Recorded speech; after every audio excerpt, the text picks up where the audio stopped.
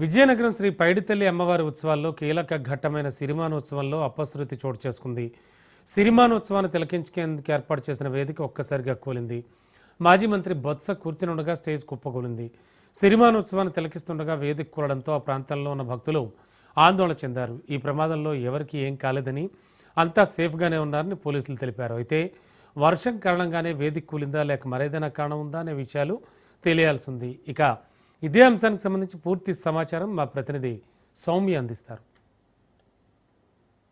విజయనగరం పైడితల్లి అమ్మవారి సిరిమానోత్సవాలకు సంబంధించి బొత్సకి వరుస షాకులు తగులుతున్నాయని చెప్పుకోవచ్చు. బొత్స సత్యనారాయణకి మనం చూసుకున్నట్లయితే మొదటగా ఏదైతే ఆయన 30 సంవత్సరాల నుంచి ఒక స్థానం నుంచి చూస్తున్నారు DCCB బ్యాంక్ దగ్గర నుంచి, అక్కడి నుంచి మకాం మార్చడం జరిగింది. అయితే ప్రస్తుతం పాలక మండలి వేరే వాళ్ళు ఉన్నారు కాబట్టి ఆ విషయంలో బొత్స కాస్త వెనక్కి తగ్గాలని చెప్పడంతో బొత్స సత్యనారాయణ కూడా దీనికి అంగీకరించడం జరిగింది. అయితే అక్కడి నుంచి మనం చూసుకున్నట్లయితే ఏదైతే ప్రస్తుతం పొద్దున్న మనం కూర్చున్నటువంటి పొద్దున్న దర్శనంలో కూడా ప్రోటోకాల్ దర్శనం ఇవ్వలేదని చెప్పి అక్కడ కూడా పోలీసులకి అదేవిధంగా బొత్సకి మధ్య వాగ్వాదం కూడా జరిగినటువంటి పరిస్థితులు చూస్తున్నాం. అయితే ఇక్కడ ప్రస్తుతానికి ఏదైతే బొత్స సత్యనారాయణకి ఇచ్చినటువంటి వేదిక ఉందో ఇక్కడ నుంచి సిరిమానోత్సవం తిరగరించడం కోసం బొత్స సత్యనారాయణ అదేవిధంగా వాళ్ళకి సంబంధించిన వర్గం అందరూ కూడా ఇక్కడ సిరిమానోత్సవం స్టేజ్ నుంచి చూస్తున్న సందర్భంలోనే అందరూ అతిథులు ఉంటుండగానే దానిలో భాగంగా బొత్స కూడా ఇక్కడ కూర్చున్నప్పుడు అక్కడ ఉండేటటువంటి స్టేజ్ ఏదైతే ఉందో ఆ స్టేజ్ ఒక్కసారిగా కుప్పకూలిపోవడం చూసాము. అయితే పెద్దగా నష్టం ఏమీ జరిగినప్పటికీ కూడా ఎవరైతే దాని మీద కూర్చున్నటువంటి అతిథులు ఉన్నారో అతిథులు అదేవిధంగా బొత్స సత్యనారాయణ అందరూ కలిపి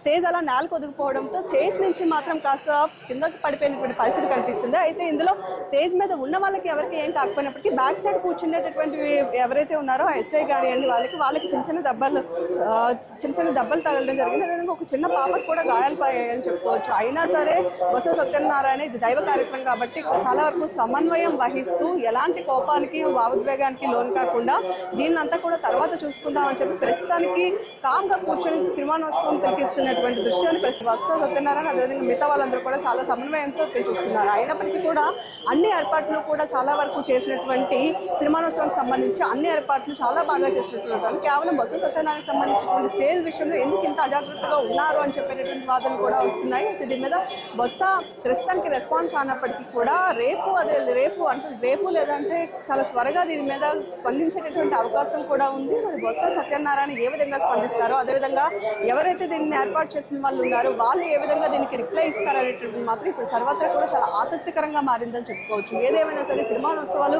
ఒక పక్క చాలా కూల్గా జరుగుతున్నప్పటికీ కూడా బొత్స సత్యనారాయణ విషయంలో మాత్రం చిన్న చిన్న అపశృతులు జరుగుతూనే ఉన్నాయని చెప్పి వైసీపీ పార్టీకి సంబంధించిన వర్గీయులందరూ కూడా అభిప్రాయపడుతున్నటువంటి పరిస్థితి ప్రస్తుతం మనకు కనిపిస్తుంది.